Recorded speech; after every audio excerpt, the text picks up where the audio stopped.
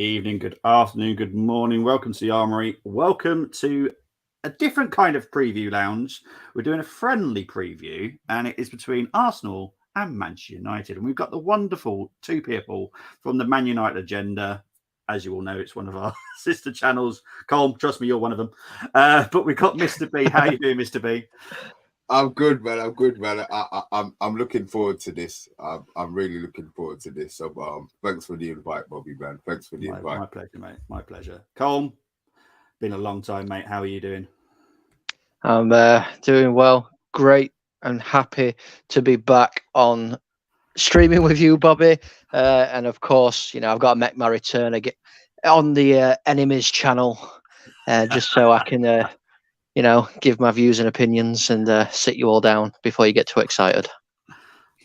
I don't get excited. Who's the one that put a bet on last season? Well, about what? You know what? I've got no idea what you're on about. No, you're really sure about that? You're in my chat long enough for saying Arteta owes me money. So I guarantee you know what I'm on about. I still ain't got that money. Big up to King. Come on, Arsenal. Let's smash the drink champions. I'm sorry for these comments, people. I do apologise. Have a good one from Ollie. Hope you're doing well, my friend. Bart is a serious fan, says Arsenal's project is ahead of Ten Hag's, as the former are currently adding strength in depth in order to deal with the Saturday pressure. Colm, do you agree? Well, yeah. I mean, it is. Look at the players that you've signed. Timber, who you've stolen away from us basically because we were after him last year. Declan Rice, who you paid 25 million over what he should be worth, and then you've bought the free goal scoring masterclass that is Kai Havertz. So yeah, you've got some good strength in depth now at Arsenal. Yeah. What about you, Mr. B? Do you agree with that as well? Yeah, I do. No pressure on you guys, but you've added £200 million worth of talent, so I'm waiting to see what you do with Havertz. I'm intrigued. That's the one that I'm really fascinated by. Rice, I'm glad I'll ask you where you think he's going to play, and where you think Havertz is going to play. That's the part that's really confusing me. Good players, well, Rice is anyway. I'm not really sure about Havertz to be 100%, but yeah, you lot have moved well and early in the transfer window, and long may it continue, because there's nothing like a Guna meltdown, boy. So yeah, keep your signings going. We'll get into your transfer business shortly. Rice and Timber are really good additions, but more importantly, it is fascinating to see how Arsenal have improved their image as a selling club, as Balogun and Patino could both fetch north of the 30 million. I don't think Patino will. I'll be surprised if he does. I think he's about 15 million max. I think with Patino, it's more going to be a case of a buyback clause and like a percentage sell-on fee for Patino. But Balogun, yes, will be over 30 million. So yeah, we have improved our image on that front, thankfully. Arsenal could well be the biggest challengers to the Liverpool City duopoly next season, where United have to contend with Chelsea, that other club, Villa, Brighton, and Newcastle. Okay, I'll let you two talk about that one. Mr. B, I'll start with you. Obviously, I do recognise Bart. Okay. I've never heard such nonsense in my life. The fact that you've actually paired us with Spurs, who didn't qualify for Europe, Chelsea, who didn't qualify for Europe, Newcastle, who we finished ahead of, and I think that the signings that they bought, as well as they've been pretty good, it's not enough. So I think we are going to be challenging, as well as Arsenal, for that what did he call it? Duopoly times 2. Yeah, we'll be part of that duopoly times 2. Colm, what about you? Well, I've seen Bart a couple of times in the agenda chat as well. I'm not going to take it from anybody that's got Jose Mourinho in his profile picture smiling like that. Let's be honest here. But no, I mean, it's just disrespectful, isn't it? When you compare, when you're putting us in there with Chelsea, Spurs, Villa, Brighton, Newcastle. Brighton did fantastically well last year. So did Villa. Doesn't necessarily mean they're going to do it again. Newcastle have made some decent signings, but they're still miles behind where Manchester United are. Even if we're in a transition, we're still miles in front of them. So I won't write us out yet. And Liverpool, yeah, congratulations, you got your 7-0 trophy. Well done. But what else did you do? One more comment by Bart here. Ten Hag needs a couple of centre forwards, one right-sided centre back, one DM, Casemiro's backup, and needs to revitalise the confidence of Donny and Sancho. Colm, do you agree? Yeah, I mean, we do need strikers. I was listening to the conversation that Mr B and Monday and Andy had yesterday. Martial's not good enough, so we need to bring strikers in. I know we're looking at Højlund. Højlund would be a fantastic striker, but he's still got a bit of progression to make before, he's this out-and-out goal scorer, in my opinion. Centre-back, once we get rid of the fridge, we can bring somebody in. That's fine. DM, well, he is going, so I'm going to send him somewhere myself. I'll put him in a cardboard box and ship him, no return. And I think if Amrabat comes in, he can quite comfortably play DM. So, he might be the Casemiro backup. Sancho's on his last legs for me.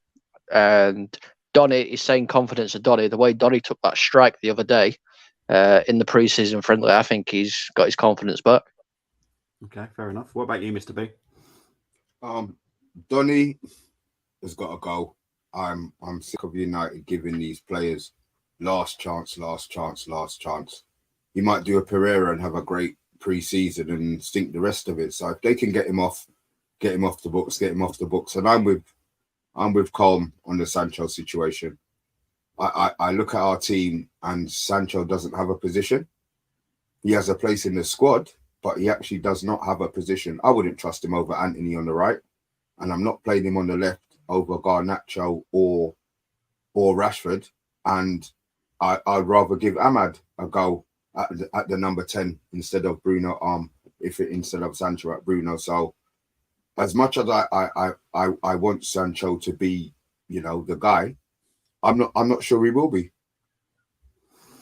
Okay, fair enough. I'm going to ask you another question about Sancho in a bit, but I'll just get through these comments. Big up to Tony. Hope you're doing well. I've played FIFA Manager, so I know who my team should buy and what formation we should place Arteta out and me in, says Tony.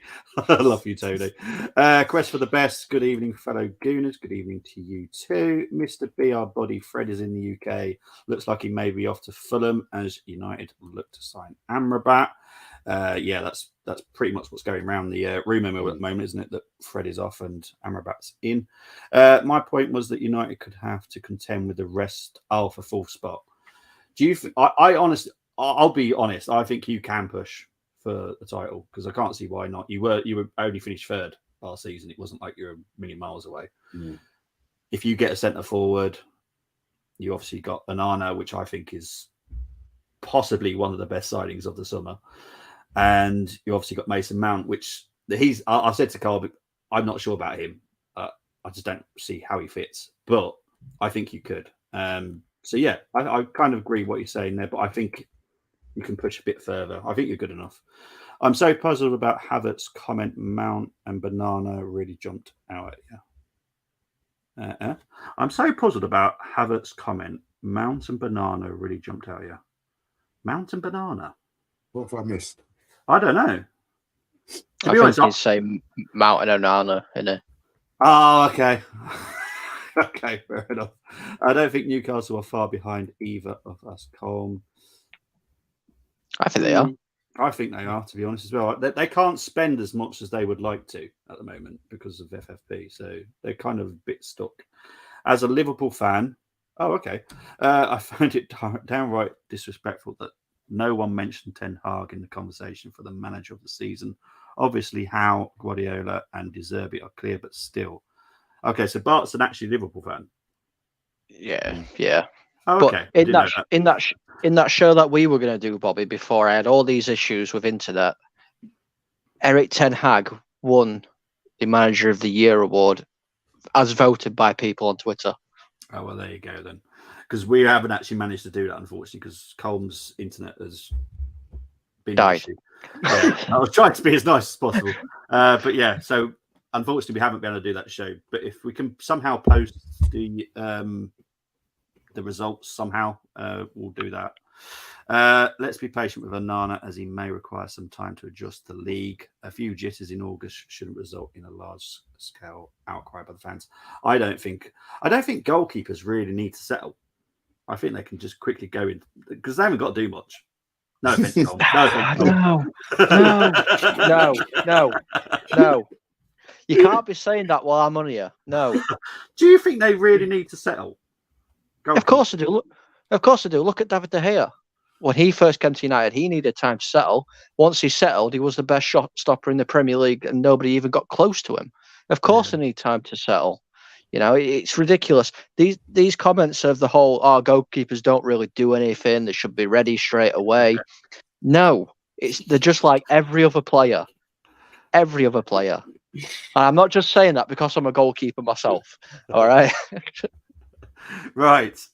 Enough of the comments. Brilliant comments so far. Right, we're going to get into the questions now. How have you felt pre-season has gone so far for you? I'm going to start with you, Mr. B. I think you beat Leeds and Lyon. They're the two games that I do know about. I don't know if you've played any others. No, this is our third one. Those are the two that we played. Okay. I've been happy. But pre-season, I like to see a shape or a system or a pattern. And there's definitely a shape and there's definitely a pattern in what we're doing. The fact that the younger guys, obviously, we haven't had Bruno, we haven't had Casemiro starting, which I classify as the big boys. Rashford hasn't started. Anthony's only just been back, and we still don't have the striker. Yeah. I think there's room for improvement. So yeah, I've been happy. I've been really happy with preseason. To be fair, I wasn't a preseason fan until COVID. Yeah. And now, everybody, we're all bloody football experts now. So I try not to miss too much. So yeah, I've enjoyed our preseason, and we've got a lot. We've got like 8 games or something to play in. Yeah, so... you've got crazy amount, haven't you? And you're flying all over the world. Yeah, the less said about that, the better. But look, they need to make their money, so they'll do what they're doing. Yeah, exactly. That's what it's all about. This is to do with the money and how you get the money coming in. So it has to be done. Yeah. One more question, Mr. B, before I move on to Colm.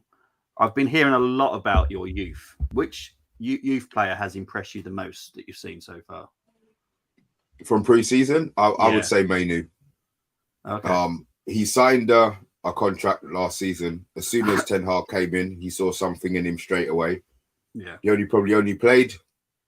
He started one game, played maybe 45 minutes, and came on in the second half another one, and that was it for him for the season. Yeah. He was on the bench, but he's come into pre-season, and yeah, he's really impressed me. Mabry, Hannibal, he's already had that season at Birmingham, and I was half watching him. I got a couple of mates who support Birmingham as well, so they were giving me the feedback on him, and they were saying that he was pretty good.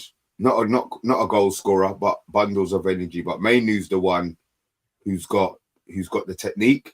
You see him, he's so tidy, doesn't waste the ball. He's only slight, really good feet. And what he does over McTominay and Fred, who are far senior than him, he finds space to receive the ball from the defenders. That was always my criticism of McTominay, that he hid behind the player. Yeah. Mainu actually finds space, looks up, plays his head up, good with both feet, especially on the floor. He'll hit a 30, 40-yard pass on the floor straight into the runner. So, yeah, I think Mainu, out of all of them, is the one who's impressed me the most. Cool. Colm, what have you made of pre-season so far? Well, unfortunately, I've not managed to watch many of the games because they've all been on during the hours I've been at work.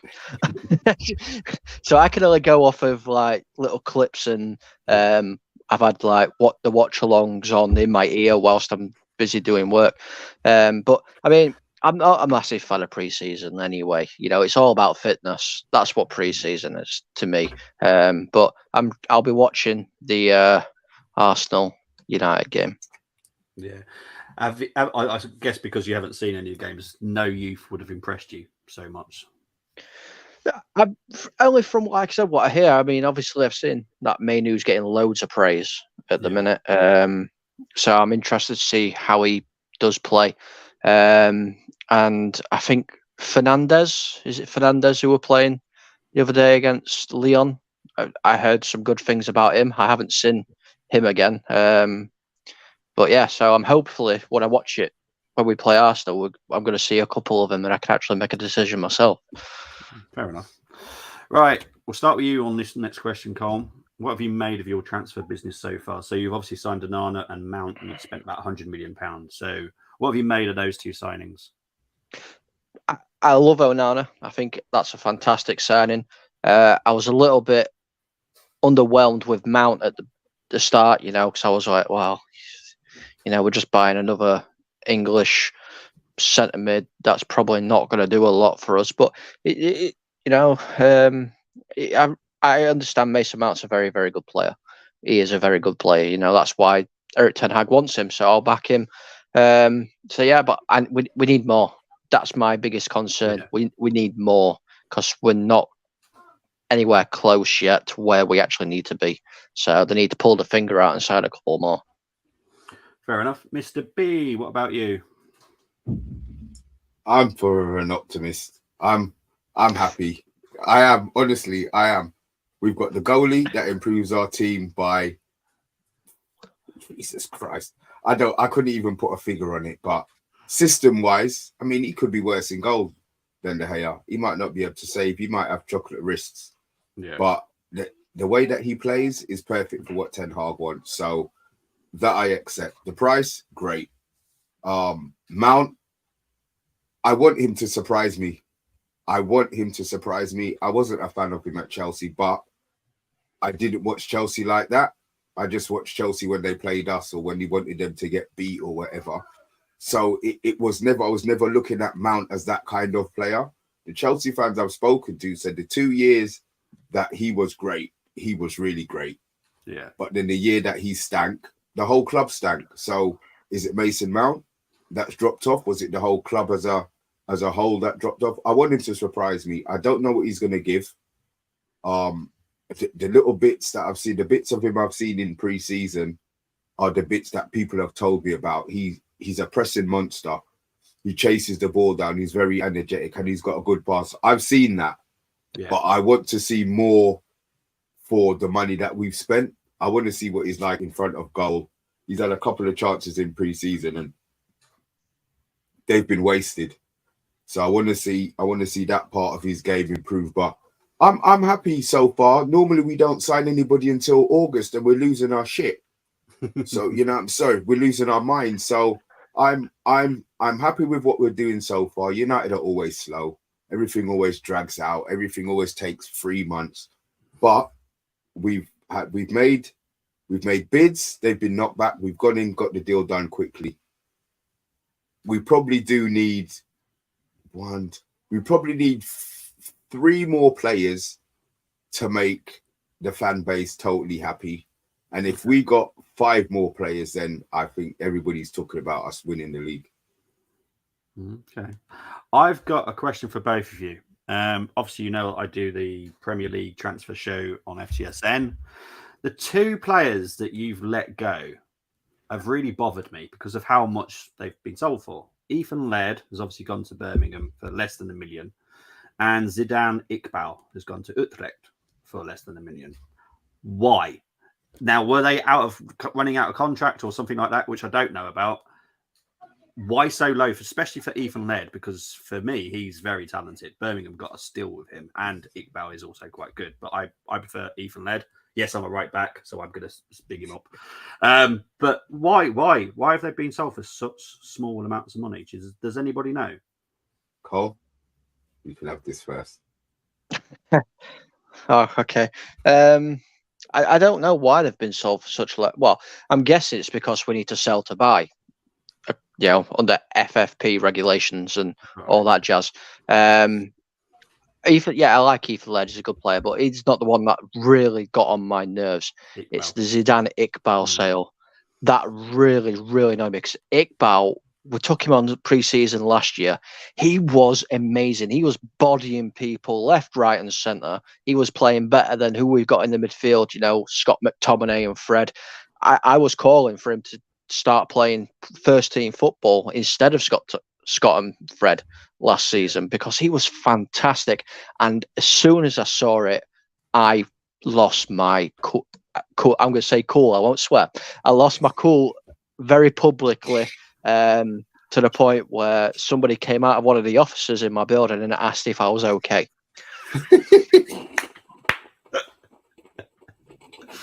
What I would say about that, because I take the market values of everything, and Iqbal's market value is £1 million now, but Ethan Laird is worth nearly £8 million, and you've sold him for £1 million. I find it crazy, Mr. B. What I think they're doing is these players who cannot or will not be getting into first team anytime soon. Yeah. At right back, he's just signed Dalot, re-signed Dalot, and we've got Wan-Bissaka who has improved going forward. He's always been great defensively, but improved under Ten Hag going forward immensely. I don't think Laird will get a chance, will get any game time there. So I think him going makes sense. The price that he's gone at, I'm hoping it's more to do with the sell-on part of it. Birmingham were never going to pay more than 2 million. They're broke. Birmingham, they were never going to. So right now he's in the shop window. He plays for Birmingham. He's their player. Guaranteed the sell-on clause is 40%, like it was with, like it will be with Iqbal. Yeah. And there was somebody else who we've loaned out. We loaned out last, Chong. So we did it with Chong. So if he goes to Luton, we get, 5 million of a fee that we probably wouldn't even have been able to sell him for. I understand it, but it's only until the in 2 years' time when Ethan Laird goes for 20 million and we get 9 million of it, that's when it's probably going to make the difference. But right now, it really doesn't make any sense. I am of the opinion that Ten Hag likes to spend money and wants to spend money. So I'm thinking maybe he's hoovering all of these 750s, 1 millions, the 15 million that we may be getting for Alanga, all into one pot, so that if somebody does become available maybe 2 weeks before the end of the season, that they've got a little kitty, because he's getting rid of these players and they're not players who are needed anyway. Yeah. So with the, because obviously you said about, oh, sorry, mate. Sorry, I was just going to ask a question, and you can both answer this, but I asked this to Rebel. I don't know whether you saw this in the group chat, Bobby. But I said, what if we're selling all these players for what we're selling them for? Alanga's obviously gone for, is it 15 million or something like that? And if we can get rid of everybody like the Scott McTominays, the Harry Maguires and stuff? What if we're trying to build up all this kitty to then go in and say, here's 100 million for Kane? What if that is what we're doing? Well, exactly. He's doing this live on YouTube, so why? I've been saying it. I think they're gonna make Bayern do all. This is me, as I said. I'm forever the optimist. I think they're gonna make Bayern do all of the groundwork, sort out the fee, and then they're gonna come in for an extra 5 million. Levy loves this more than anything else. Yeah. We'll go in there with an extra 5 million and say, Kane, do you want to stay and break Shearer's Premier League record and maybe win a trophy? I think if he comes, we're not say 100% guaranteed, but 30 Premier League goals is a chaos for us in the team that we've got. So I think he improves us immensely. That's what I think's happening. Yeah.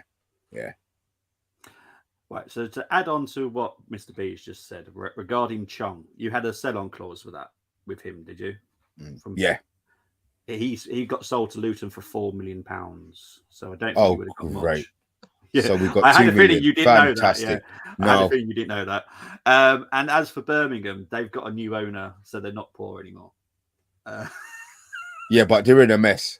But they are in a. To be fair, but they're spending a they, lot of money. They've just bought. They spent £2 million on Dion Sanderson from Wolves, who has hardly played. he's hardly. Yeah, he hasn't kicked a ball, has he? But yeah, he's.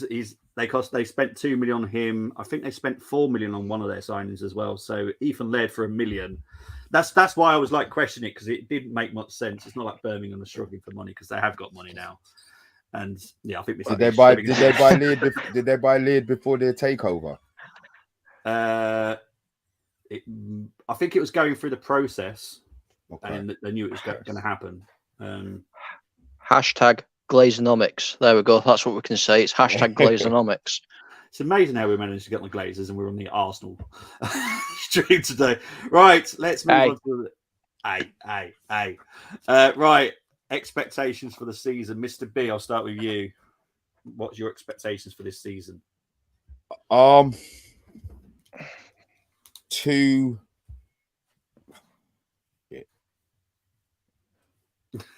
don't expect us to challenge. I would like us to be in a race. I mean, we finished third, but I think there was maybe a week where I thought, Jesus, if we, you look ahead and you think, shit, if we win that, and we win that, we've got a chance. So for about a week or so in the season, I thought we had a chance. I would like us to get to the quarterfinal, definitely get out the group stage of the Champions League. Yeah, I'd rather we're knocked out in the group stage than Jesus, we've got to play Thursday night football again. I really don't want to see any football on a Thursday unless it's Premier League. And I want us not to get dicked away from home. We got 6s, we've got 7s, we got 2 sets of 4s. I want to see a difference in our team and then see where that brings us, and obviously finish above Arsenal.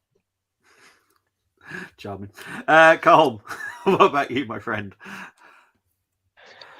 Yeah, I mean, I'm going to set the bar higher. I expect quarterfinals at Champions League. I expect to be still in a title race by the end of February, beginning of March. I want us to be up there, challenging. I want a trophy this season, whether that's FA Cup or Carabao Cup. Again, I don't mind. And I want us to destroy and humiliate teams instead of being destroyed and humiliated. Yeah, that was not fun to do a stream with you when that happened. I have to be honest. I did feel sorry for you, and to big up to you, you stayed throughout the end. That was painful. Right, let's quickly get in before we get in the comments. Prediction for tomorrow's game. Yeah, just. I know it's a friendly, so it doesn't really matter anyway. And it could be a crazy scoreline. But Colm, what do you reckon the score might be tomorrow?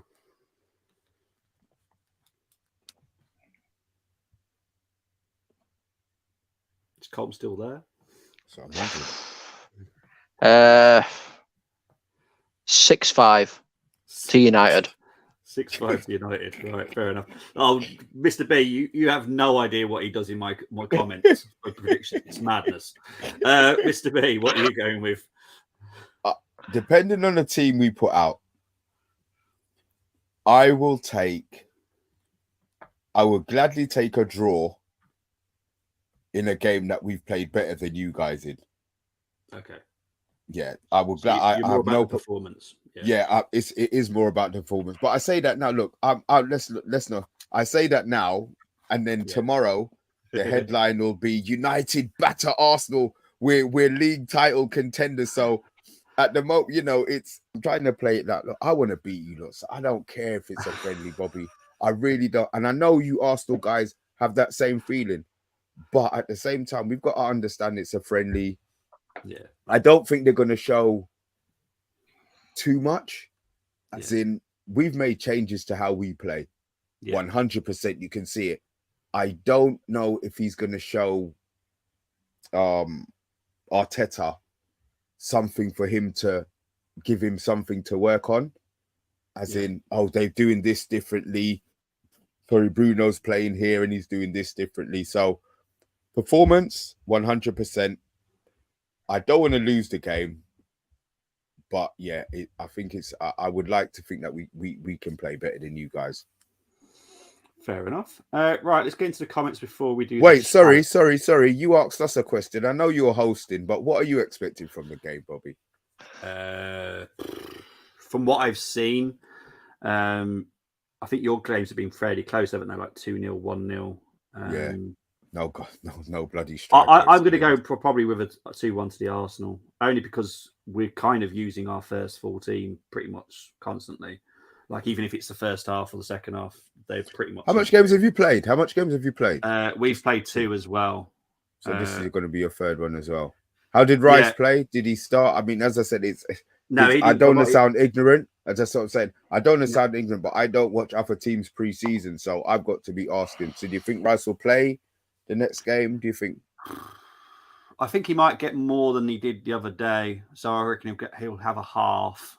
He'll have a half, either the first half or the second half. We played Nuremberg. We weren't great against Nuremberg. We were very good against the MLS All-Stars. But then, to be fair, the MLS All-Stars, yes, they're all the best of the MLS, but they've never played with each other. So, it's a madness. But we do look sharp. Odegaard looks amazing. Timber, I'm not one of those that's going to go, we've got him, you didn't. He looks immense. I can see why you guys wanted him as well.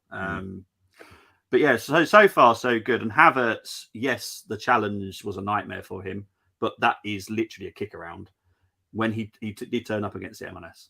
So I heard he hit a ripper. I heard he scored a screamer as well. Yeah, the 5th goal was a beautiful control and a beautiful strike. So if that's what he's going to do, I'm happy with that. I think he's more offensive than Xhaka, and I think that's where he's going to play. He's going to play in the Xhaka role, just more offensively, because Rice. I was going to ask you that. So, do you feel,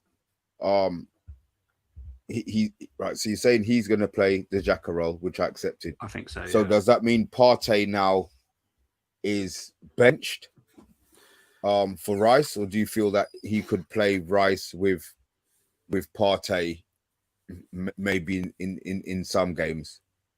I think in some games that's what the fan base want. I personally want Partey sold, and get someone new in. That's me though. Not a lot of the Arsenal fan base want to keep him. I don't. I'm happy to sell him for 40 million. You can have him, but I think we'll play Rice and Partey as well, and then Havertz maybe drop to be Odegaard in front of Partey and Rice. That kind of formation. So it'd be like a bit of a fluid midfield, I think, sometimes throughout the season, depending on another question for you. I'm sorry. No, it's fine. You see, if you get rid of Partey and you play Rice and Havertz, do you feel that your team is going to be weaker in regards to the setup? Not talk about the players, but they learned how to play Arteta's system in regards to they had that, the training and the. Do you think it might be too soon just to throw both of them in together as new players? I don't. I honestly trust it, because Timber's coming as the inverted right back. So basically what Zinchenko did last season. Timber's going to go on the right hand side. Right. So we've got a lot more security at the back now. So I think just go for it. And I personally do hope Partey gets sold quick, so we can go out and buy someone new. We've been linked with a young Brazilian. He won't actually come until January, but he looks very, very talented. And there's obviously Lavia. Even Kimmich is being mentioned at the moment in the mad world of rumours. Well, Bayern are shifting out those central midfielders. Tuchel's causing a mess out there, because I know, obviously, we had we had Sabitzer on loan. Yeah. They talk about Gravenbach going out on loan, and Goretzka being available to buy. Yeah. So yeah. I don't know what's going on at Bayern, but look, if we get one of them, I'll take either one of them. God bless Tuchel and his chaos. Yeah.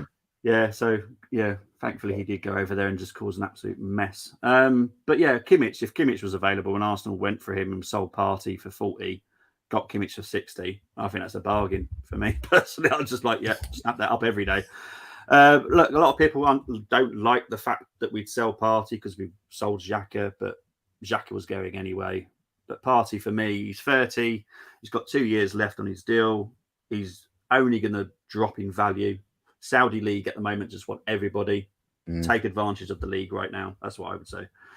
But yeah, it feels like I'm on your takeaway show now, Mr. B. I have to be honest.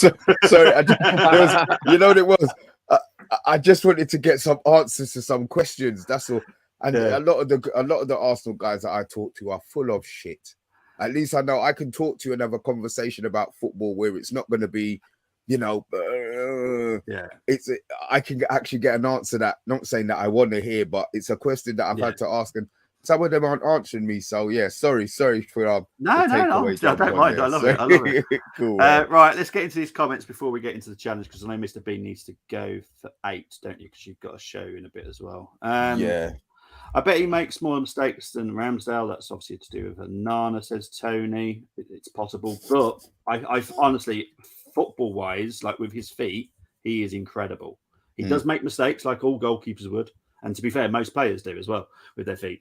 He is absolutely fantastic. And I'm not just saying that because I'm I am an Ajax fan, but, you know, he's honestly amazing. You see a shape and pattern when you play us, but not from United. I think United are trying different things, to be fair, at the moment. I think that might be why. That's Hannibal and Diallo look quite good, and the loan spells in the Championship have toughened them up. I've said this countless for years now. The Championship is the perfect place to toughen any of our youth up. That's why I love our players going out there.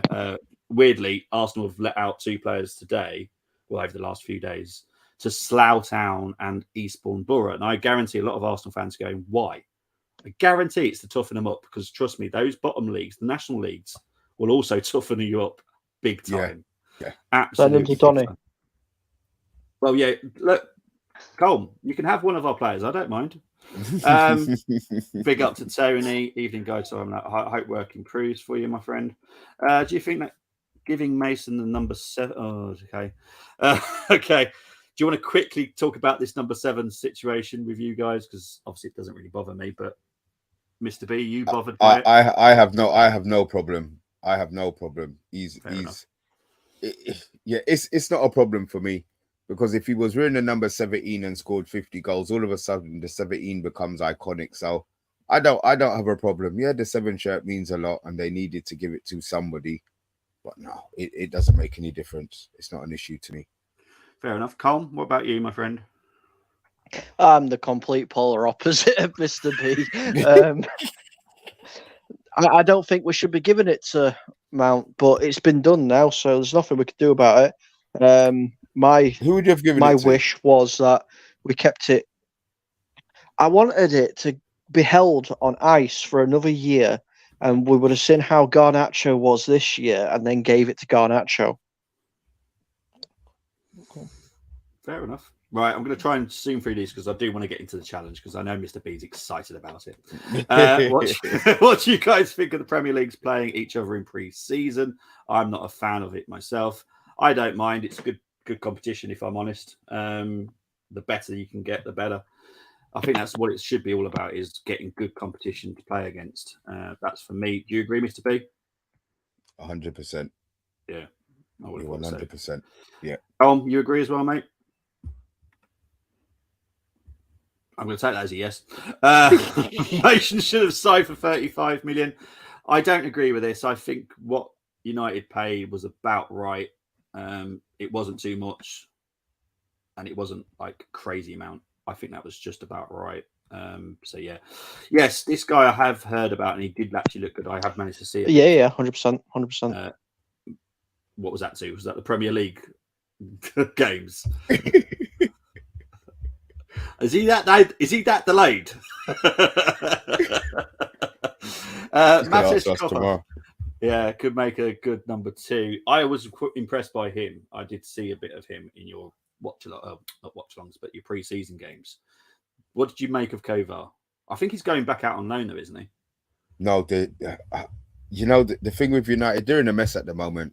I think they don't have the money to do everything that they want to do, so they're trying to delay decisions to work out. They may well end up keeping him because they can't get the other goalie. Everybody said he was good. He didn't have a save to make. He's a goalkeeper. I want to see him make a save, dive through the ear, catch it or tip it over the bar. At the moment, we were in total control of the game and he was able to play the ball out. He wasn't pressed. I want to see what he's like under pressure. So it's all well and good him being, great with his feet when, there's nobody there. But as soon as somebody runs at him, what happens? So no, I'm not. You have to trust your manager because he would see him in training. Yeah. But I'm not sure he would be a great replacement as a number 2. Okay, fair enough. Fair enough. You right there, Colm, now? I'm guessing he is. Any comments about Casemiro's physique? Because there's been a photo going around on Twitter. I don't know if it's real. I think so. No, I don't have no problem with Casemiro. I have none whatsoever. All right, cool. No worries. Colm, you got any issues with Casemiro? This may take a while.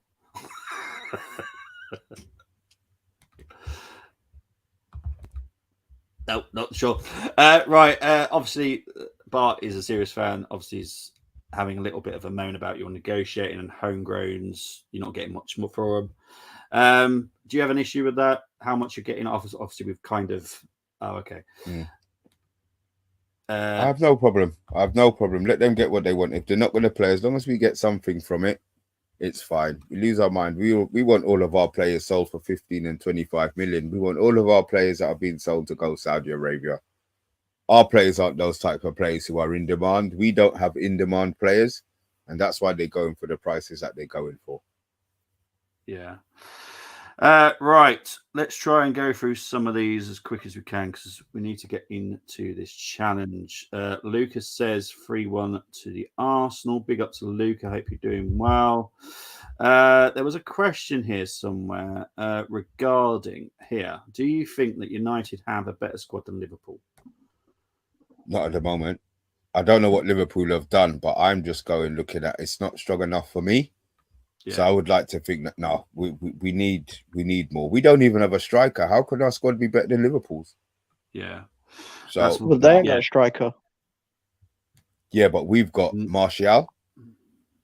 They've got Andy Carroll. He's back on this again. I have missed you from last season, Darwin Núñez. But yes, they've got Darwin Núñez. And kind of you could probably put Gakpo up there as well. He can play up that role. Expectations here for Bart is 1 cup, top 4, and round of 16. I'm guessing that's for the Champions League. Tony's saying I want to marry Cameron Diaz, and I've got more chance. Okay. Good evening to my favourite YouTube name ever, Geeks of Muckleby. Hope you're doing well. Good evening, guys. Arsenal versus United feels like the games of old. This new era will ignite the old rivalries. Cannot wait. Perfect time to get into the challenge. Everyone that knows me knows I have a challenge, and here it is.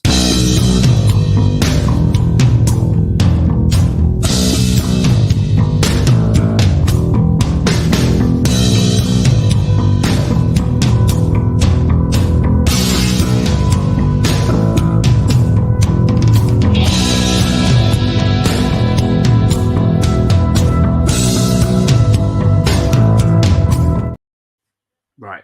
Don't worry. I've got the lists of both teams for that season who have made more than one appearance because I know a lot of people will struggle that part. So there is the list. Right. Would you prefer to see the Man United list first? Do you want to do those names first before we go into the Arsenal? Would that be the preferable for you two? I really have no problem. Okay. Whichever one you want to go with. Right, we'll do the Man United. So this is the team. They've all played one game or more in that season. And it's funny because, as I said to Colm before we went on stream, Johnny Evans is there. And he's back now. I found that quite funny. But so you basically got to choose 5 from the United and 6 from the Arsenal, because obviously it is an Arsenal channel, so Arsenal obviously have the advantage. So I've got I won't put up the list like I normally do. I'll just write it as you say it. So What player? And I'm going to go with Mr. B first, and then it will be Colm's turn. So, what player do you want to pick first? Ronaldo has to go in there. If I'm looking at 2000, if I'm looking at that year, then it has to be Ronaldo. Okay, so the formation I've picked, because I picked the formation and it's Arsenal's formation, so it's a 4-1-2-3. So you've got the right winger and the left winger. So where do you want to put Ronaldo? Well, you can put him as number 9, I suppose, as well. So. Right. No, we'll put Ronaldo on the right. Okay, on the right. Not a problem. Colm, who would you like to choose? Well, I said to you, I already know a couple. Vidic, putting Vidic in there every day. Okay. B? Your turn, mate. Oh, is it me? Oh, yeah, right. we do it one each. Oh, I thought you was going to stick an Arsenal man in there. So No. You've got to choose the Arsenal men in a minute as well. But we do the United first, and then we'll go the Arsenals. Rooney. Right. Where would you like to put him? Because obviously he can play midfield now. Oh God.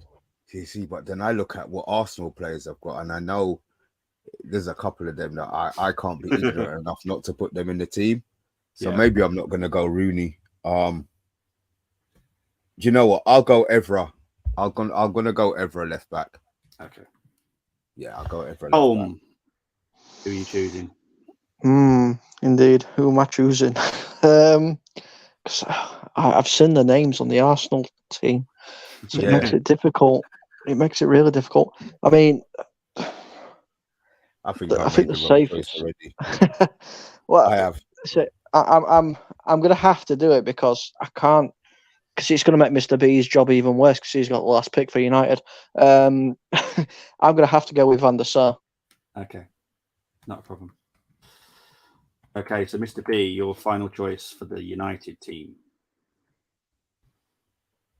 Oh, Lord have mercy. This is why it's a challenge. It's not meant to be easy. I'm trying to because I know who I would be putting in the Arsenal team. I think my last pick was a mistake, putting Ever in, because I realised who you lot had at left back and Ashley Cole. Yeah, I love Ever in. Ashley Cole was a different gravy.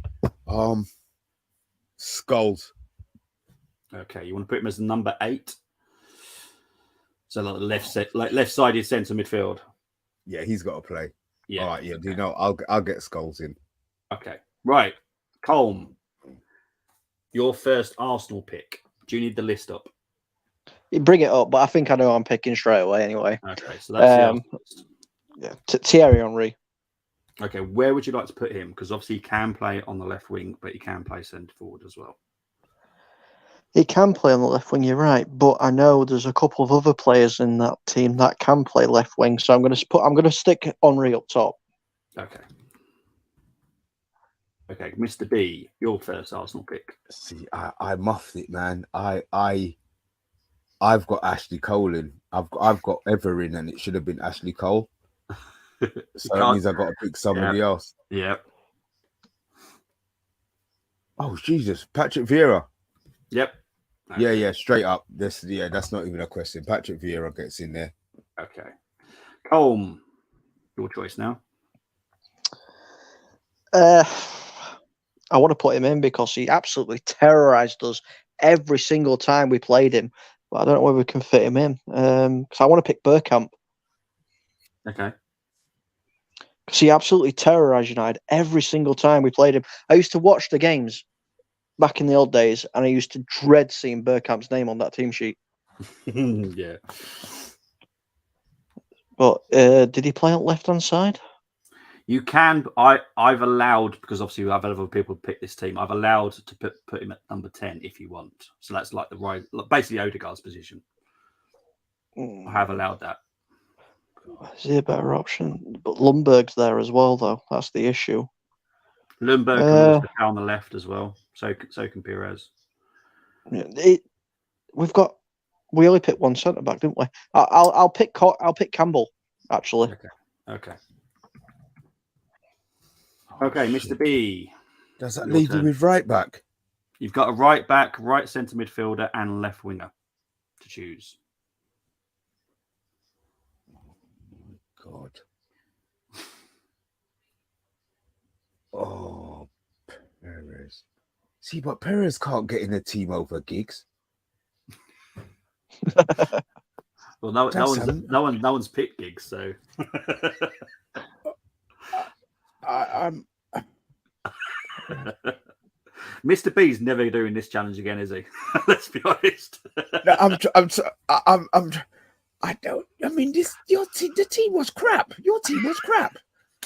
You had Campbell, Vieira, bloody. I mean, your team was rubbish. You've got like 6 good players. This was the Invincibles. Listen, I don't care. I don't care what you call them. This on paper. This I'm looking at and I'm thinking, meh. All right, I'll go. Oh, Fabregas. I'll go Fabregas middle. Okay. So that right, yeah, I'll go Fabregas. All right.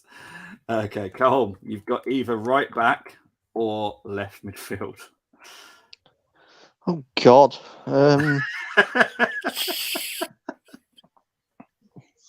Ryan Giggs. Oh no, wait. Oh, no, don't do can't this do to that. me. You know you are the one that knows the rules of this one.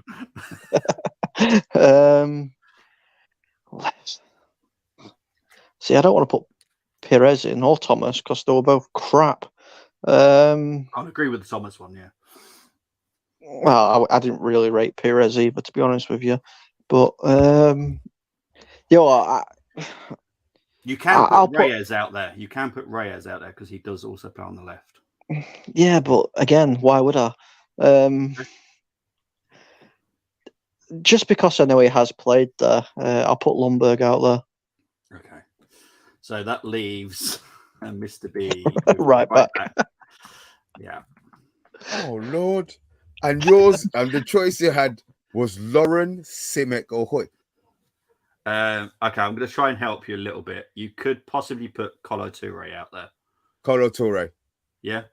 Yeah, I'm not Lauren. I've never rated him. Hoyt, I think I know what he looks like, and Simic, I have no idea who he is. He's American. Hoyt came on for his debut, got sent off within minutes on his debut. So yeah, that's how good he was. Right. So this is the team. So I'm going to take that off and I'll now show you this. So this is their team. I was busy writing it.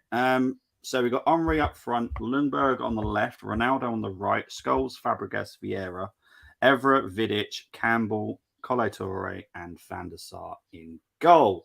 I'm not feeling. No, now that I look at it, I'm not happy. I'm not happy. You're now going to see what everyone else did. I'm sorry, that team wins a quadruple. Okay, well, on the left-hand side is Tony's. Tony went with Henri, Perez on the left, Ronaldo, Rooney in the midfield, Scholes, Vieira, Laurent. For some reason, I put them on the wrong side. That's my fault. Lauren as right back, Cole as left back, Vidic, Campbell, and Van der Sar. Mark, who is the Man United person, he went for Henri, Giggs, Ronaldo, Scholes, Bergkamp, Vieira, Cole, Ferdinand, Vidic, Laurent, and Lehmann. And then the other Arsenal person went with Henri, Perez, Ronaldo, Edu. Don't know why. Bergkamp, Vieira, Cole, Ferdinand, Vidic, and Gary Neville, and Van der Sar. What Man United fan picks Lehmann over Van der Sar? I know. It makes no sense. He wanted Ferdinand and Vidic. He wanted Giggs. He wanted Ronaldo, and he wanted Scholes. That's what it was. Oh, dear me. That's the team I'm actually choosing as the winner, to be fair, because I think that's brilliant. I think that's an absolutely amazing team. Brilliant defense. See, and I look at the first one, Tony's, and I think, yeah, Tony's. And if Rooney, you see, Henri, I think if Henri goes left instead of Perez, Rooney goes up top. Yeah. I think that already improves that front line. I mean, you've got Bergkamp playing at centre mid. Yeah, I allowed it because obviously the formations have changed. Okay. I allowed it because the formations have changed over the years. Neither of us really play with a number 10 that plays just behind the striker anymore.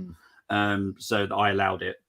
Because if you think Kevin De Bruyne kind of is like a number 10, like a bit of a Bergkamp, but he doesn't play that high anymore. So, that's why I've kind of allowed it. It was a tricky one for me to allow, but I'm trying to think which team is the best bloody Perez Ronaldo. I'm going to choose the United person that chose the middle one because I thought that was really good. Brave as well because he did choose Lehmann over Van der Sar. No. Yeah, it makes no sense for me with the Lehmann one. I'm sorry, you can't choose that as the winner simply because it's got Lehmann in goal. You cannot choose it as the winner. You do realise who is the referee. Okay, your team wasn't good enough, in my opinion. No, it wasn't. Yeah, it was Do you trash. both agree with that? Yeah, Mr. B screwed us over. That's what it was. Okay. That Evra pick. I didn't understand the rules. As soon as I picked Evra, I thought, oh no. Yeah. Okay. I know Mr. B's got to go quickly. So, Mr. B, choose which team you would go out of those three that are on the screen now. We'll try and come up. Do you know what? It would be. Ferdinand. See, he's got Ferdinand and Vidic in the Man United guy, but I think Sol Campbell as a defender, man. It should really have been Campbell and Rio as the centre backs. Okay. I'm gonna go. I'm gonna go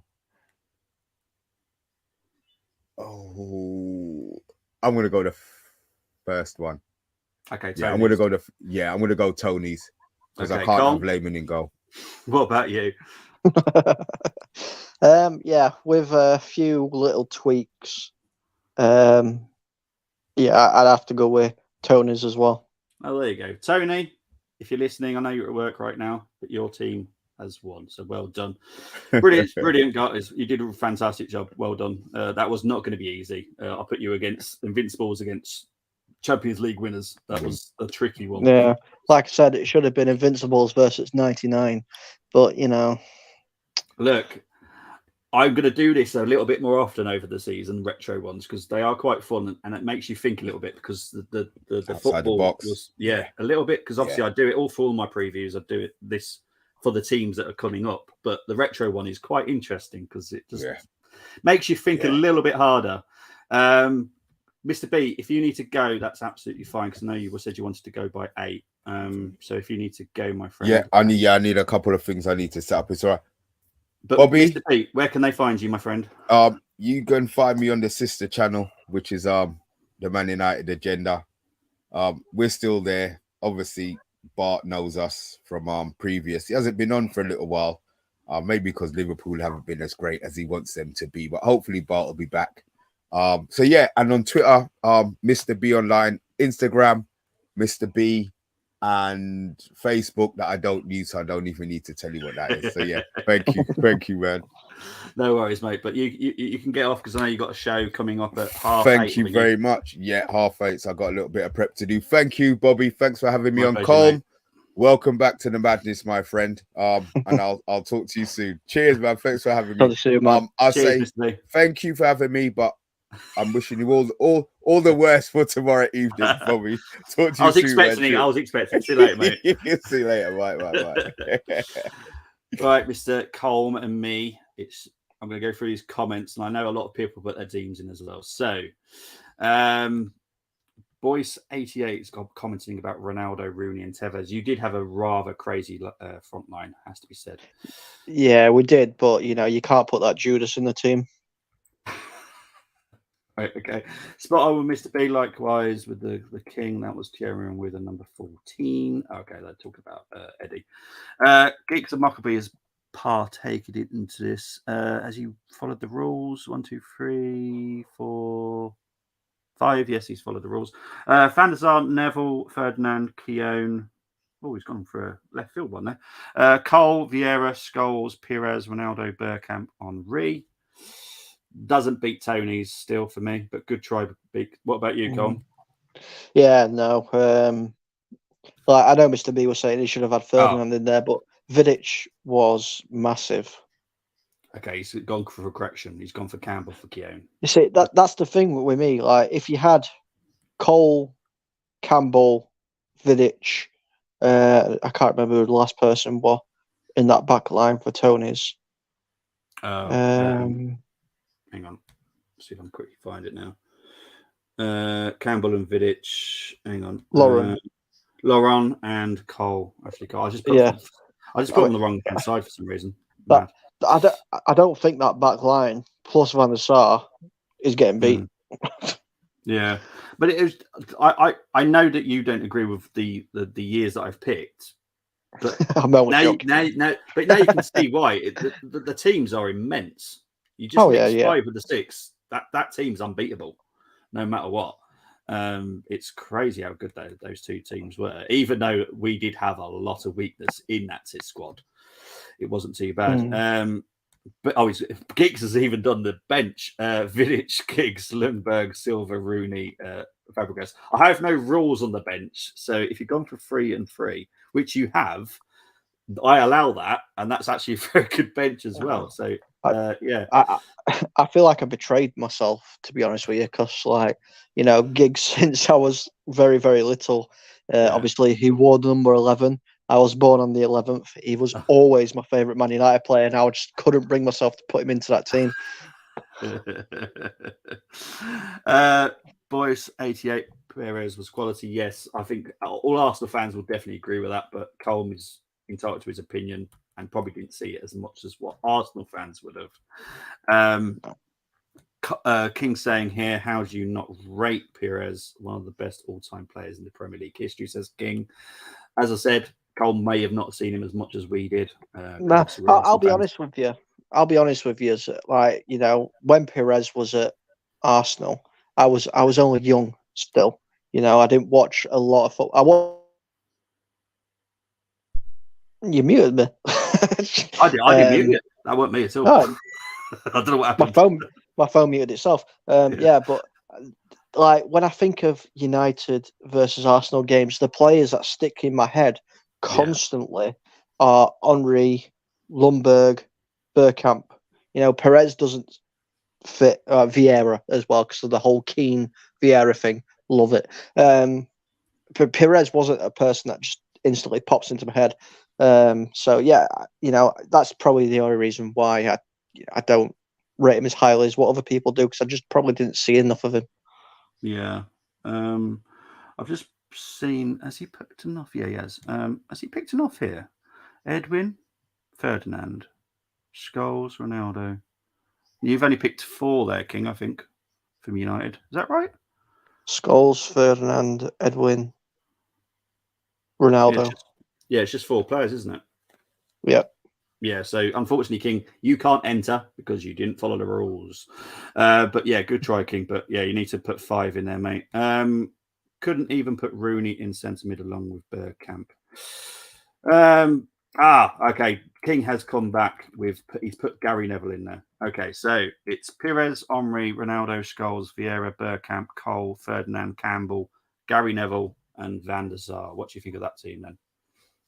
Yeah, no, it's not a bad one at all. Again, I like Ferdinand, but Vidic for me, is the centre back I partner with Campbell. Could you imagine? Could you just put it in? You be a footballer, you be the striker, and you're lining up, and you see the 2 centre backs of Vidic and Campbell. Yeah. You're not going out on that pitch. Yeah, I know.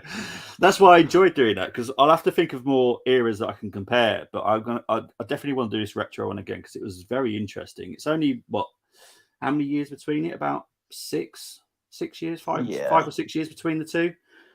But the teams were immense. I'm sure we could both pick a year that Man United squad was awful, same as Arsenal. Could try doing that as a retro. Yeah. Very easy. Just go back 2 seasons ago for United. Big up to Matthew, one of the family. Hope you're doing well. Everyone's saying hello to everyone. I muted you. Oh, you muted me. Charming, Tony. Even the phone don't agree with this take. Fair play. If he was young, yeah, he was. Big up to Richo. Hope you're doing well. Keep the good side out, says Boy 88. Tevez got to be on the bench. United fans don't rate Tevez because he went City, says Boys. Is that the reason that you don't like him? he's just a Judas, isn't he? That's why we don't like him. Because I'm pretty sure when he went to City, he was about to agree a new contract with United, and then he up and left and went to City and signed for them. But that's pretty much like, if an Arsenal player went to Spurs, you call him a Judas. Yeah, fair enough. Rashi 10, big up to Marcus. We're going to smoke Arsenal. Fair enough. Do a show. Should have been sold 11 next time. Oh, from that's most of Arsenal team, to be fair. It's most of the United team. We did have quite some weird, horrible squad, didn't we? Looking at some of that squad, it was pretty bad. But it would have changed things. Like I said before the show, if Lehman got an injury or got suspension, I don't think we would have been invincible, if I'm honest, having Graham Stack in goal. Mount versus Havertz. Is that seriously a competition, though? Would you put that God. No. I think they're two different players. Completely two different players. Yeah. You've only got to look at the times that they've played for Chelsea on the same side. You can see that they're two completely different players. Yeah, totally. Look, I'm not a great fan of Mason Mount. Never have been. Probably never will be. I hope he does well at United because obviously I've got friends that are United fans. Colm is one of them. But Havertz, he was someone that I was excited to see come to England because I watched him at Leverkusen. Obviously, I'm part German, so obviously I'm a fan of the German national team as well. He does do well at the German national level. And I do hope he does really well at Arsenal. I do get where Arsenal fans come from. I don't see where he fits and all that kind of stuff. But I think he's going to surprise a few people. He's very talented, and that's what I think. What about you with Havertz, Colm? As long as he's played where he's supposed to be played, I think Havertz will do wonders for Arsenal. Because let's face it, Havertz is not a striker. He's not a striker. Is an attacking midfielder, the playmaker kind of thing. I saw a couple of his games when he was at Leverkusen. I'm not going to say I've watched millions of his games, but he's a very, very dangerous player when he's played in the right position. When he's being played up top and he's, having, because I might get some hate from Chelsea fans if they end up ever watching this, but he was trying to drag a very, very poor Chelsea team kicking and screaming, and he just couldn't do it. Yeah. He just didn't have the ability to do it playing up top. And as we did the show, didn't we, when Graham Potter was announced? Yeah. And we're like, he's going to get players singing and everything. Why he decided to put Havertz up top, I don't know. No, I don't know why. Because look, I've seen him enough to know that he's not a centre forward. Do I think if we were going back to the invincible era of Arsenal, he would be the perfect player to play it as Bergkamp and then have Armoury. He would be brilliant at that. You don't play like that anymore. And Havertz needs to find the role, and I think he will do it. Obviously, he scored against the MLS All-Stars at the weekend, playing that role, found a space, brilliant control, brilliant strike. That is what he will do. He'll get more goals than Xhaka did last season, I'm sure of that. But he just needs to be able to work as part of the team and also do the defensive duties when he's needed. Because obviously you can't have a weak link in the way that we set up. Yeah, 100%. I mean, it's just popped into my head. So it's a question I'm going to ask you. How close is the team that you're building? So obviously you've brought in Havertz, you've got Rice, Timber, and obviously you've got players like your Ramsdales and stuff like that, and your Odegaard. How close do you think this team is to being better than the Invincibles? You know what? Who asked that question? It's an Arsenal person that asked it the other day. I think it might be James from the Armoury. I think this. Obviously, we've just seen the squad that Arsenal had. The team we've got now, like the actual squad, I would say is better than what we had in the Invincibles. As in the starting 11, still like probably 2 away.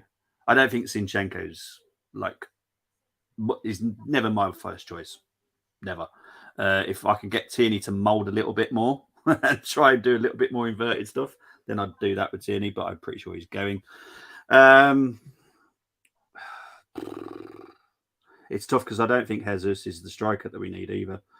If I'm honest, we need someone that's going to bag like 20 See, goals.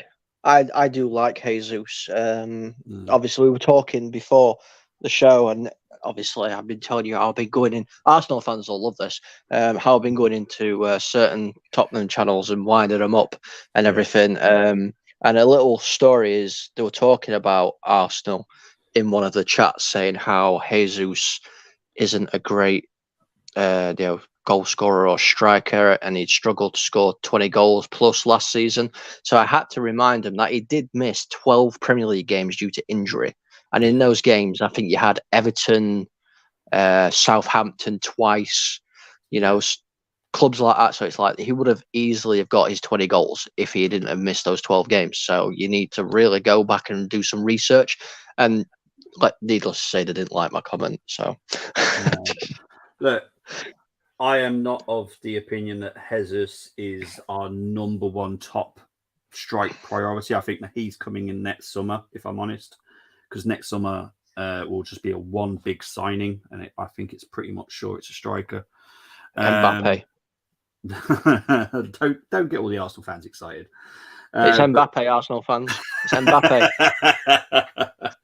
But you've got to wait and see what happens with that. But the squad right now is absolutely brilliant. Declan Rice, fantastic signing. Timber, Benjamin White, Saliba, Gabriel. The left side is a little bit weak, if I'm honest. I'm not the greatest fan of Zinchenko, as I said. Tierney's not mobile and not fluid enough for me. Ramsdale, good goalkeeper.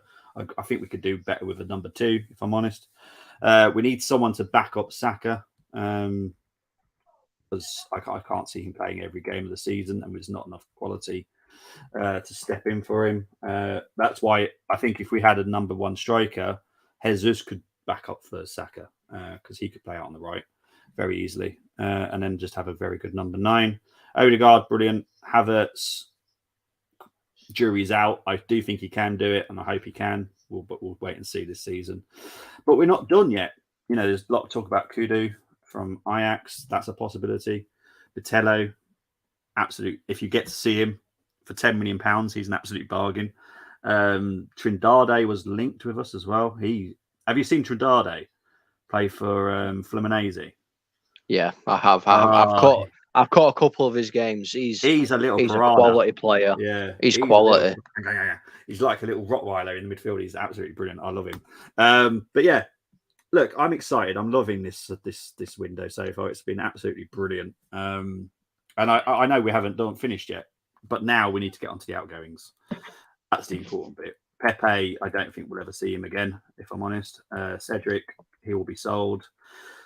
I'm getting onto Arsenal news story. That's tomorrow. I will be doing Arsenal news tomorrow, and I've kind of created the show already. I've just got to do it tomorrow because obviously we need to do this tonight. But yeah, it's not far, but I'm happy with what we've done. I think we're doing things in the right way for once. I'm not bothered about how much money we've spent. That's nothing to do with me. It's not my money. As long as we can afford it, we don't get in trouble with FFP. I have no issues. Let's try and get through these rest of the comments so we can let Colm go because he's using his 4G, bless him. Tony put up a team there. Van der Sar, Laurent, Campbell, Vidic, Cole, Vieira, Bergkamp, Armoury, Scholes, Rooney, Giggs. Good team. That's a good one. That is a good team. Yeah, well done, Tony. He is of the older of generation as well, so he's done very well at that. So well done, Tony. Mount has been better player than Havertz, says Rashi. Okay. Big up to Drag Fast, but I'm not going to put up your comment there. No Ronaldo, Tony. I thought Rashford was brilliant last season. Great bit of business for United to get him to commit to club for long term. You happy with that? No. Why not happy? Because I've had this on the agenda when I've done that. Rashford does not do enough. He doesn't. For how much he is on, I understand he's a fantastic player. I won't take that away from him. Yeah. But hopefully we're going to see it change. He gets his head down and just runs into alleyways and gets stuck. That's Rashford's biggest problem. He needs to get his head up, get the balls into the box for the striker. If he's playing, he needs to finish his dinner more. Because I've had this argument with Mr B, with Amondi, with Solo, with Rebel. I've had it with everybody. He is not a clinical goal scorer, and he needs, if he wants to be that goal scorer, because everyone says, and even he said, he wants to be United's next best striker. That's where he wants to play. He wants to play through the middle. He needs to sort his game out and actually do it instead of running into blind alleys. Last season was an improvement, yes, but there's still a massive improvement needed. How much is Rashford's new contract?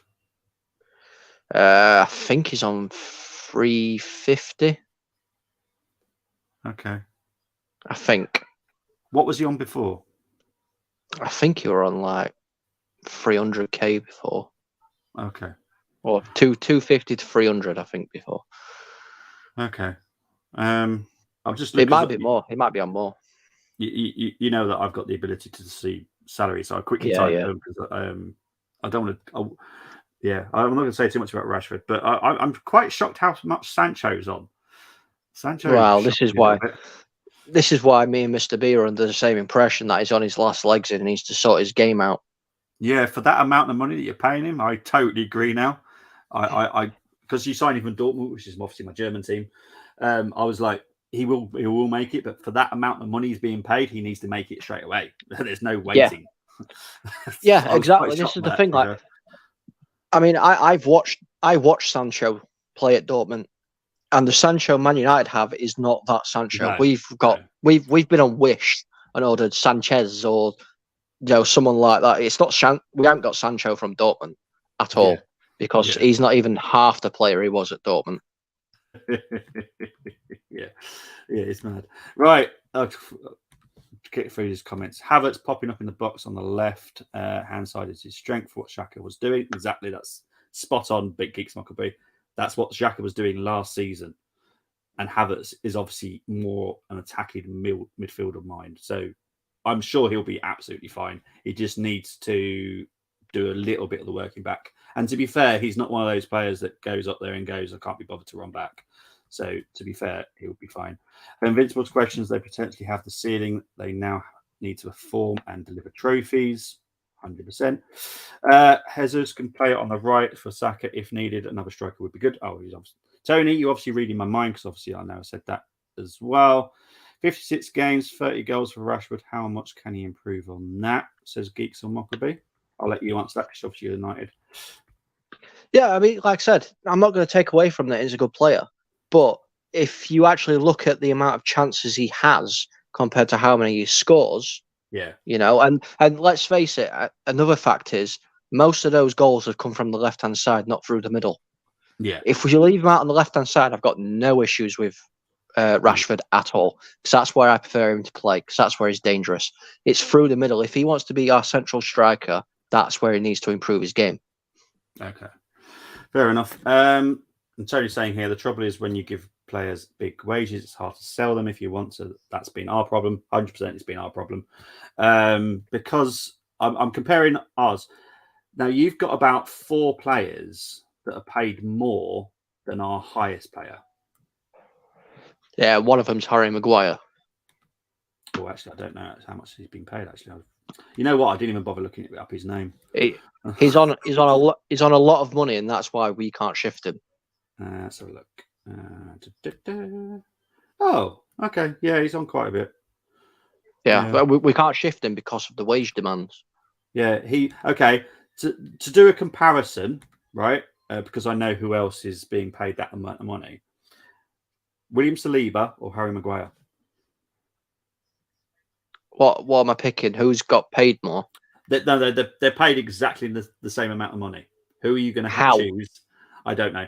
Well, I'm just asking you the question. Who would you be picking out of Maguire and Saliba, who are paid exactly the same amount of money?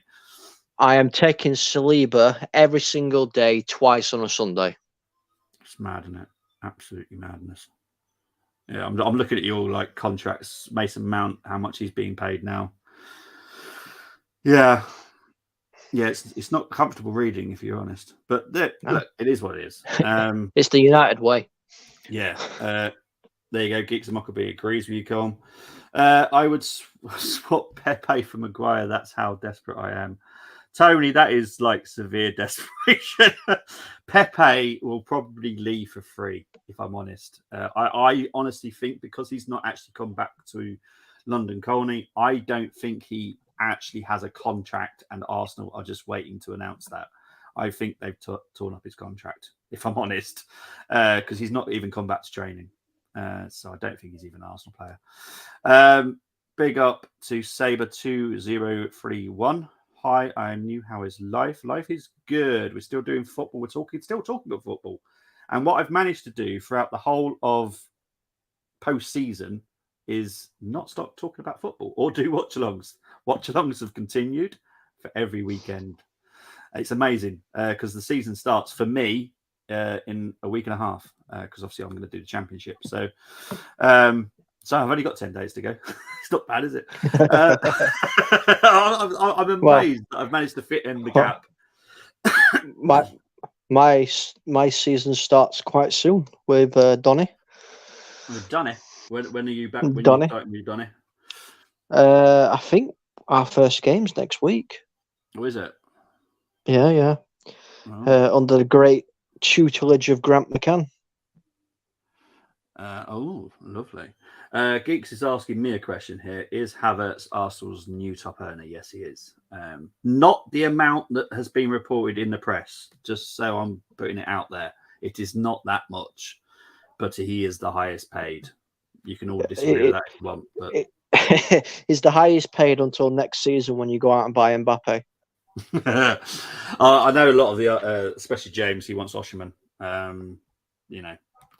We aim high at the Armoury. I wanted to drive him. I'm gutted. This is Tony. Hit the like buttons. Thank you ever so much, guys. Really appreciate it. Colm, I would say where can people find you, but I suppose you could at least still say your Twitter. So where can people find you, my friend? Well, hopefully, my internet's been pretty decent for the last however long we've been going. So hopefully you can find me over on Full Time Sports Network a bit more now. And obviously my Twitter is, like it says there in my name, FTSN Colm on Twitter. Thank you, my friend. And Geeks has got one more question before we wrap it up. What is Colm's view on Danny van der Beek? Quality player seems to be stuck. Yeah, he is stuck. I absolutely love Donny. I loved him when he were at Ajax. I still love him now. It's just been a bit of a bad time for him at United. I hope we're going to see a bit more from him. If he hasn't worked out in January, then I hope for his sake, not Manchester United, for his personal career and his sake, that he does manage to get a move somewhere. Yeah. I love him. And again, it's because I am an Ajax fan, but I think he's absolutely brilliant. It's just been a shame.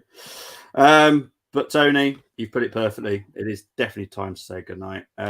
We will be back tomorrow with Arsenal news, but we're also back tomorrow with the watch along for Arsenal versus Man United on FTSN, the Armoury TV, and Across the Pond Sports Talk.